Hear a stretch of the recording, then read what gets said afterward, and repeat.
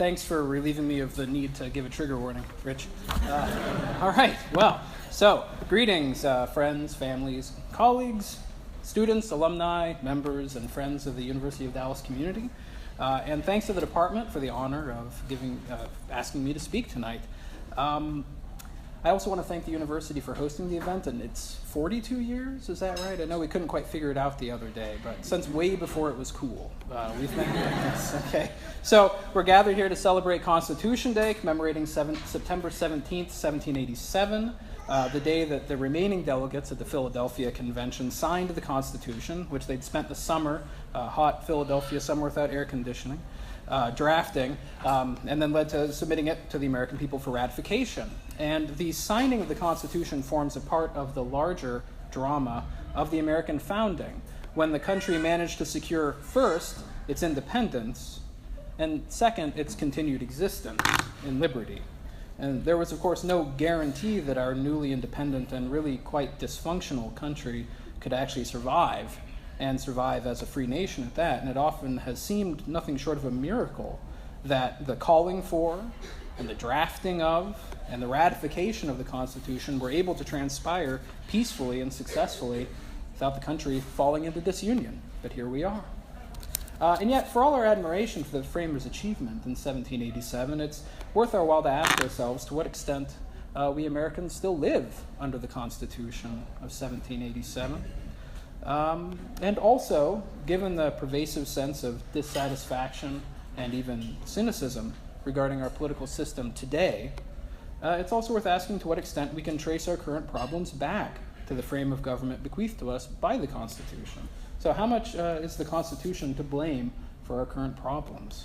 Hence the title of my talk.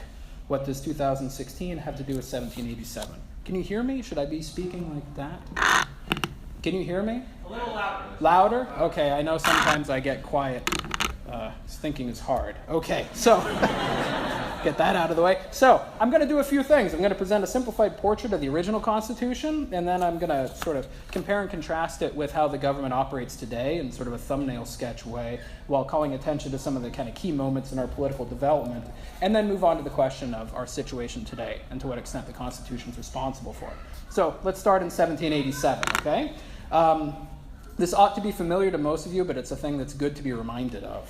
So the founders generally believed that the primary purpose of government is to protect citizens' equal, unalienable, and natural rights to life, liberty, and property, and to do so by providing physical security and effective rule of law.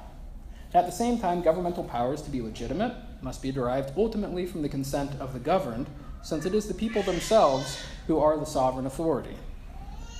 This is the political philosophy of the Declaration of Independence. Now, in practice, this philosophy has a few direct implications that I want to just spell out. And the first one is that governmental power was understood to be inherently limited.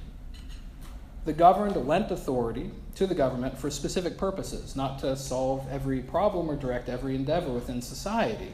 And hence, large portions of society and the economy were expected to be subject to little direct governmental regulation. Now, a second implication is that governmental power ought to be articulated in a written constitution, which specified the powers, offices, and procedures of government. This constitution is the supreme law of the land, deriving its authority from the consent of the governed and standing superior to the agents of government, who act under its authorization and only under its authorization, or ought to.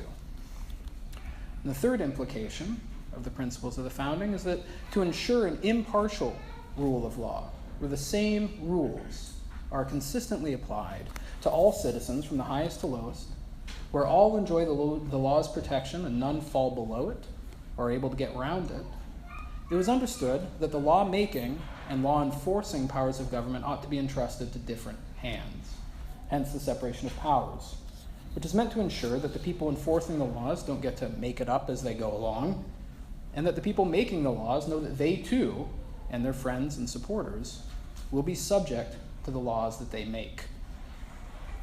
Now, fourth and finally, one other implication, which is that a legitimate government will largely be republican in character, meaning that the people themselves, either directly through election or indirectly, are responsible for appointing individuals to the major governmental offices.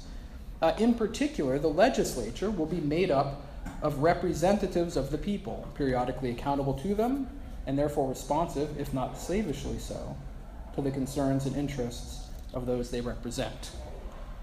The United States Constitution was framed on these principles. For that matter, the 13 already existing state constitutions were framed on these principles as well. And that gets me to a few specific features of the Constitution. The first of which, as just suggested, is that the Constitution is built on the principle of federalism, recognizing the existence and at least partial sovereignty of the several states that make up the Union. As a result, the Constitution does not create the only government in the United States, nor does it create the government responsible for all tasks of governing. Rather, the Constitution of 1787 is built on the principle of enumerated powers. Stated simply, Article 1, Section 8 makes it clear that the federal government is intended to exercise only those powers and carry out only those tasks expressly laid out in the Constitution or clearly implied by it. All other powers and tasks are reserved to the state governments. I can sort of hear Alexander Hamilton protesting a little bit from the grave, so I might have a little bit of a Jeffersonian bias here, but so again, okay. Now, hence, the federal government, for much of the life of our nation, had, as James Q. Wilson put it, a relatively small agenda. Right? A few indisputably national tasks were given to it: war and peace, diplomacy, uniform weights and measures, common currency, regulation of international and interstate commerce, and that was about it. Delivering the mail. Much of what modern-day Americans expect of the federal government was not really on its agenda in 1787. Now, as for the branches of government, right, so we've got these principles. As for the branches of government, as I've already said, the federal government is organized according to the principle of the separation of powers, which is embodied in some particular ways in the Constitution. So, for example, the president, as chief executive and commander-in-chief, is elected independently of Congress, right? He's not a tool of Congress. While Congress, on the other hand, is responsible for making the laws. Now, the framers created a single and hence quite powerful executive. Partially checked by Congress, the president nonetheless has the leading role in America's dealings with foreign nations. And in his domestic capacity, though, the president was primarily intended to be the party responsible for the enforcement of the laws made by Congress, though he is given a few routes for influencing the lawmaking process. But nonetheless, the president was not intended to be the primary source of policy ideas or initiatives within the federal government. That was the job of Congress. Again, Hamilton might disagree. Now, Congress itself was, of course, divided into two houses, the Senate and the House of Representatives. And these two houses and their interrelations were structured in a manner meant to ensure that the ideas and interests of a broad swath of the population were represented during deliberation. But in such a way that the interests of the smaller states were not simply railroaded over, but also represented in such a way that the perhaps foolish and temporary interests and passions of temporary majorities would be checked and not necessarily carry the day through some kind of pure majoritarian process. It was also designed such that the members of Congress, and especially senators, were given some elbow room for exercising independent judgment during the deliberation process. And of course, there was also a check on the lawmaking of Congress in the form of the presidential veto. Now, this complicated process of making law was not devised in order to prevent the government from doing things, nor was it designed in order somehow to keep government small in some generic sense, but rather, the process is usually slow and somewhat cumbersome because the framers believed that such a process would tend to prevent unjust laws from being passed, and at the same time, by requiring the consent of multiple parties or interests distributed across the nation, they hoped that this way of making laws would, they hoped, foster greater deliberation and hence better, smarter laws. So the separation of powers was also about fostering competence in the government. So highly simplified, that's the Constitution of 1787. Federal government with a few genuinely national tasks organized in a republican manner, sitting atop several state governments responsible for most of the ordinary and local tasks of governing. That's 1787. Now let's turn to a brief overview of how the American political system has developed since the adoption of the Constitution. Again, this might be familiar to a lot of you, but it's worth going over.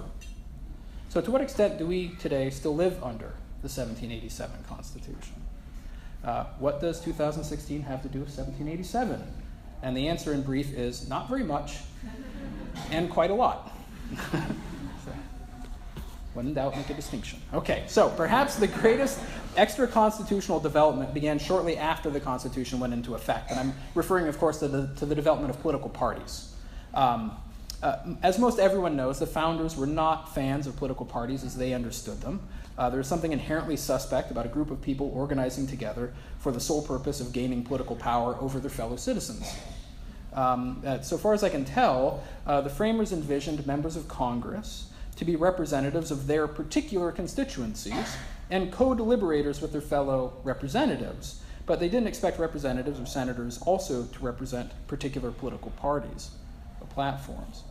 But nonetheless, as experience has shown, it's nearly impossible for accountable representative democracy to function without being organized along party lines. I mean, it doesn't have to be a two-party system. It depends on your voting laws and such. But I would want to add, and this is something that I think Martin Diamond made a point of pointing out probably 50 years ago now, that although the framers didn't wish for a party system, you can't really say that its development is contrary to the principles of the Constitution. Because after all, even if they didn't want parties, the institutions of the government laid out in the Constitution were perfectly capable of accommodating those parties as they developed. It didn't cause some, it didn't blow up the system. But nonetheless, it was not an anticipated development.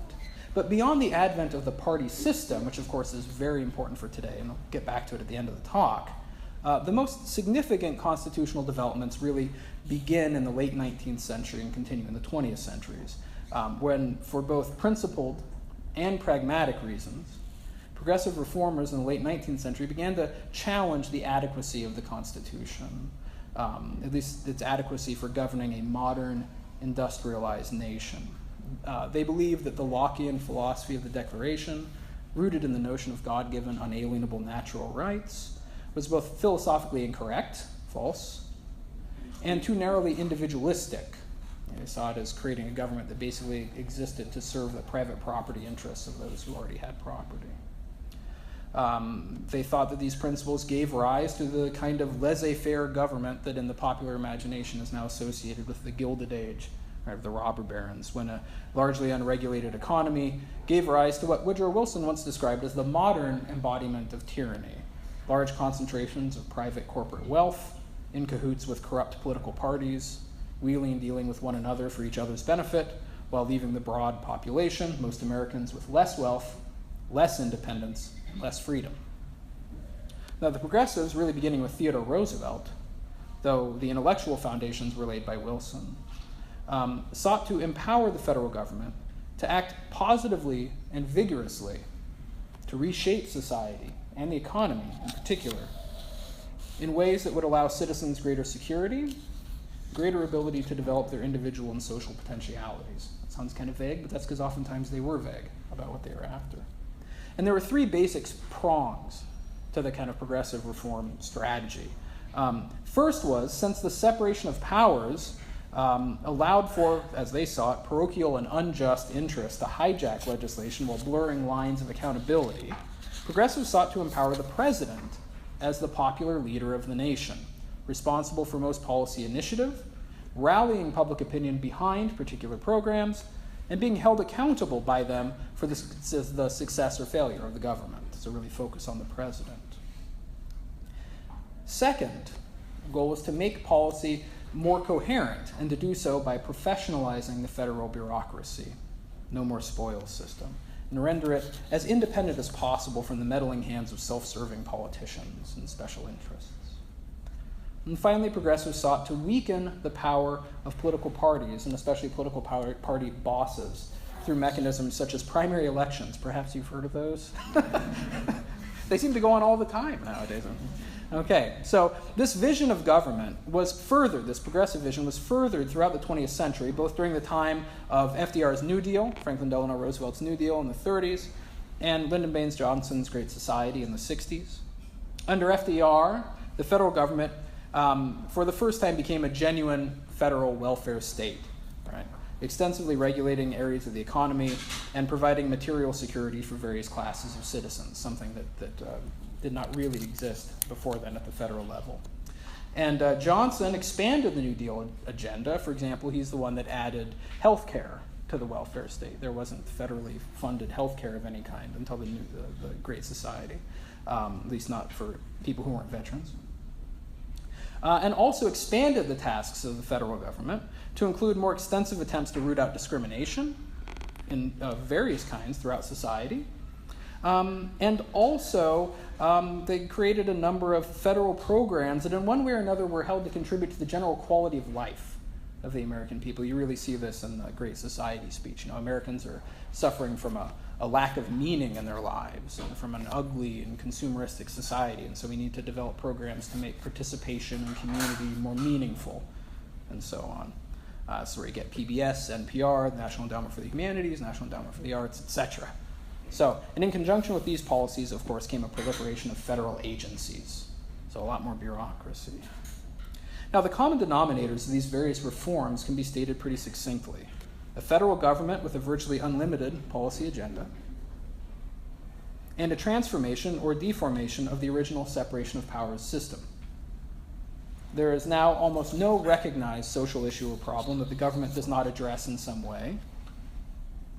As James Q. Wilson once put it, sometime in the early 60s, America saw the fall of what he called the legitimacy barrier. Right? When the notion of enumerated powers was taken seriously, congressional debate often began with and centered on the question of whether Congress was authorized by the Constitution to pass a particular piece of proposed legislation. Does the Constitution allow it, or does this legislation trespass upon the reserved powers of the states and the people?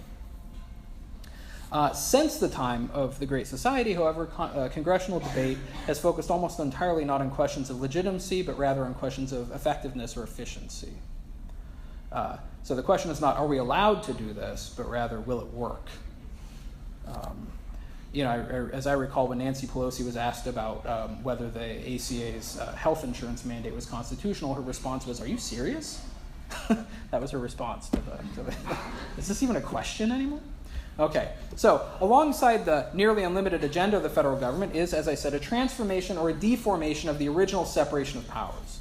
In politics today, I think it's fair to say that a great number, probably the majority, of Americans consider the president and the White House to be the epicenter of the federal government.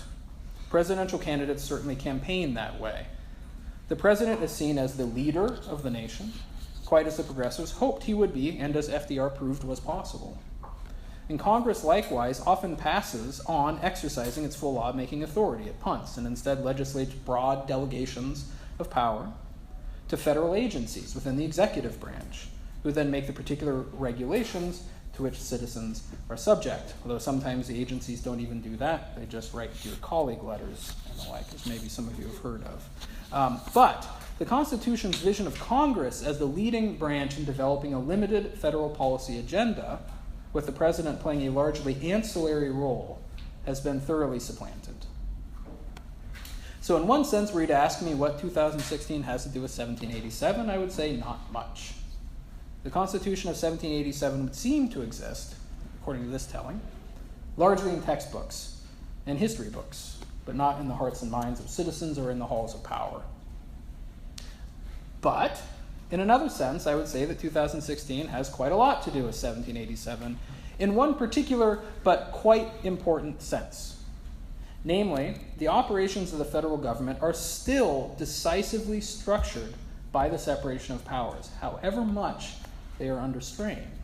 Right? Even when politicians or the people wish otherwise, and however much we might expect the president to lead and hold the president accountable for what happens during his tenure, we are still nowhere close to having a kind of parliamentary style system, right, where the chief executive is really in charge. My exhibit A for this claim is gridlock. Although perhaps I should say that's exhibits A through Z, right? When at least one house of Congress is held by the party opposed to the president, it becomes virtually impossible for the president simply to impose his agenda, barring some kind of national crisis. And as we've seen over the last 6 years or so, divided government can make it virtually impossible for substantive policy to be made by ordinary means. And oftentimes this gridlock comes about because of another feature of our system, traceable to our Constitution that you find almost nowhere else in the world. And here I'm referring to midterm elections.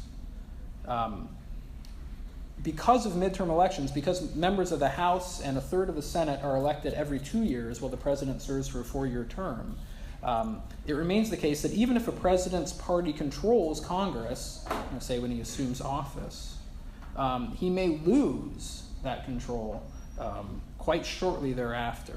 Right, so President Obama, the Democrats had Congress in 2008, lost it in 2010. This happened, Clinton had it in 92, lost it in 94. Right, and when you have divided government, there's usually only 2 choices available: stalemate or compromise, neither of which are commonly found in parliamentary systems.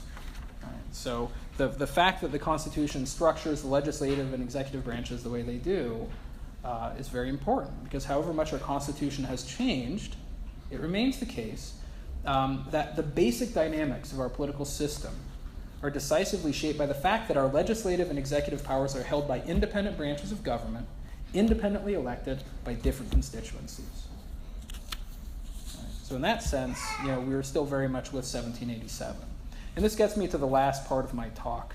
To what extent is the enduring influence of the original Constitution responsible for our problems today? All right, so to the extent that 1787 persists, is that a good thing or a bad thing? But I'm afraid there's no simple answer to that question. As with almost every other important political question today, I would say that there's a partisan divide on this one. Is there like a feedback thing coming? I'll try to see if I can. That is to say, liberals and conservatives do not, for the most part, agree about what the nature of our current problems is, and hence there is no non-controversial way of assigning blame for those problems. Judging from the 2016 Democratic Party platform, I would say that liberals tend to see our most pressing problems today in terms of economic inequality and institutional discrimination. They argue that almost all economic growth over the last 4 decades has benefited the 1%, while middle and working class households have seen their income stagnate or decline and their job security evaporate. At the same time, they claim that our society still systematically discriminates against a range of minority groups, and they believe that these pathologies persist because moneyed special interests and self-serving politicians attend more to the concerns of the wealthy donor class than to those of ordinary Americans. However, they don't seem to hold the Constitution specifically to blame. Rather, they blame Republicans.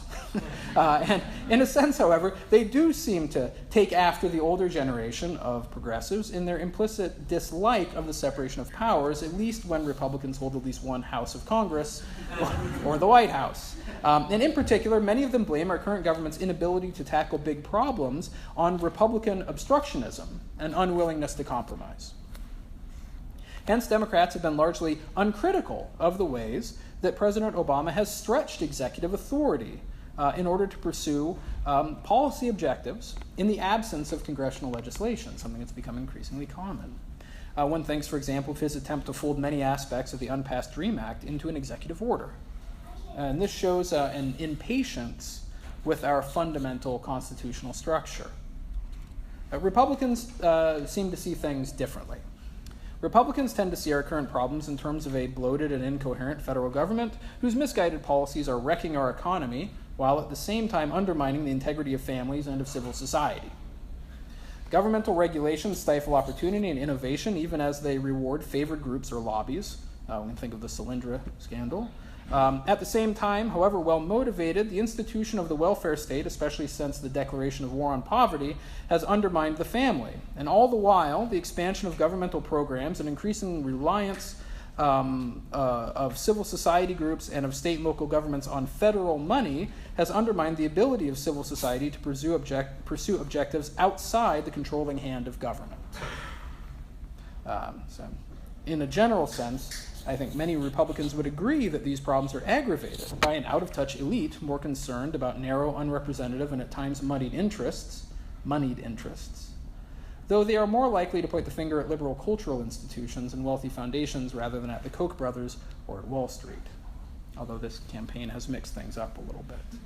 So there's my impersonation of the two sides. At any rate, there is a sizable constituency within the Republican Party that would argue that these problems stem precisely from the abandonment of the original principles of the Constitution. I don't know what portion of the Republican Party thinks that way. However, since the current campaign, I think, has called into question the extent to which conservatives of this sort are the leaders of the Republican Party anymore. But for this group, it is the abandonment of enumerated powers and of separation of powers, or respect for separation of powers, that has led to a large federal government whose ambition seems all out of proportion to its track record of failure. Now, my own sympathies do lean toward the conservative position, but I think it's worthwhile to offer some reflections on both sides of the argument, since I think it's pretty easy to make the case that since 2010, Congress has been exceptionally obstructionist, and the executive has been exceptionally lawless. Both sides have a bit of a point. So first, the liberal position. There's some reflections on this. Given the transformative role that liberals expect government to play within society, it's understandable that they get frustrated with the separation of powers. It would be so much easier to enact a transformative agenda in a parliamentary-style democracy. But just ask Margaret Thatcher, right? That's why there's a word of caution in order here.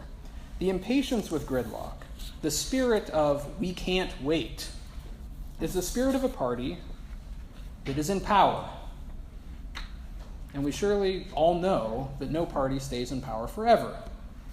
When you foster a system where the president is increasingly empowered through constitutionally dubious means to enact his agenda even in the face of congressional opposition, and Democrats have not seriously criticized the Obama administration's overreach, you are creating an office whose power can be used against you when you're not the party in power.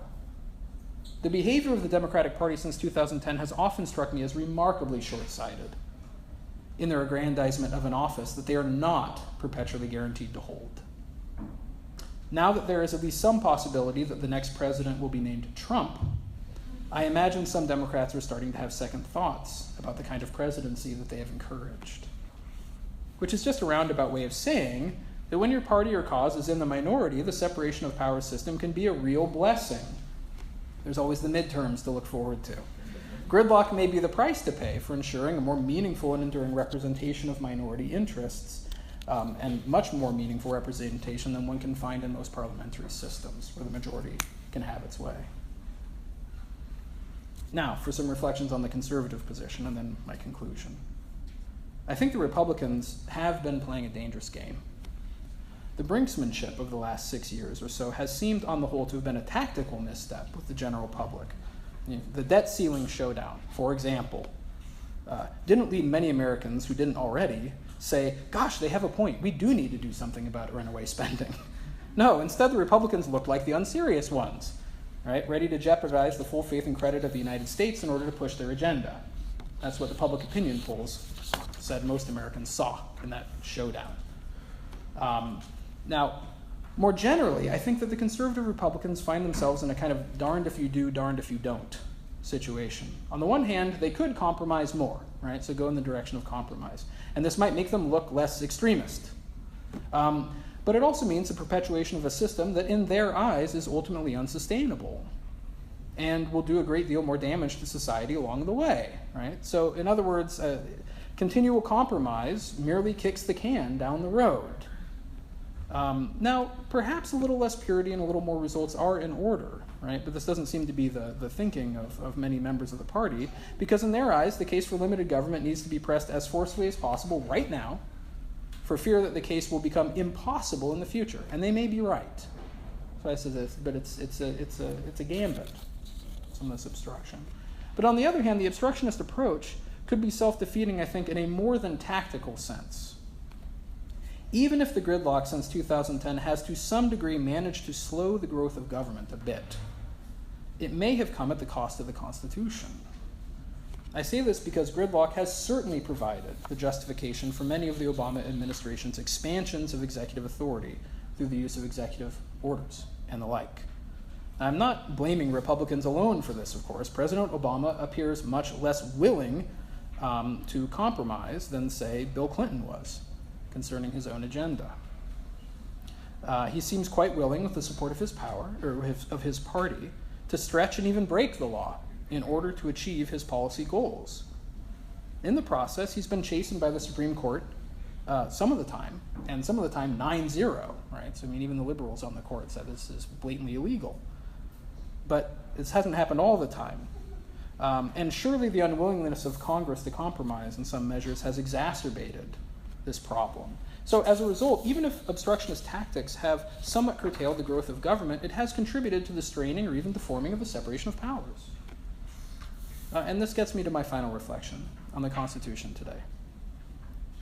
It seems to me that the conservative strategy of the last 6 years or so has presupposed the existence of a substantial number of American citizens who genuinely understand and care about principles such as the separation of powers, checks and balances, enumerated powers, and rule of law. In other words, who care about the Constitution. Their constitutional hardball hardly seems justified unless such matters of principle are at stake, but I think they could very well be mistaken about the American people. However much Americans may distrust and dislike big government in the abstract, it seems to me that quite a few American voters, probably most, are more interested in short-term gains than they are in matters of political principle. And it seems to me that the conservative vision of limited government is only viable when such a government presides over a people who understand and value the principle of limited government, who punish politicians that undermine it, and who live in communities capable of governing themselves without much direction or money from the federal government. But I don't think the American people are such a people anymore. And until we can become so again, I'm not really convinced that the conservative policy agenda will get much further than tax cuts and block grants. And I'm not simply dismissing those things.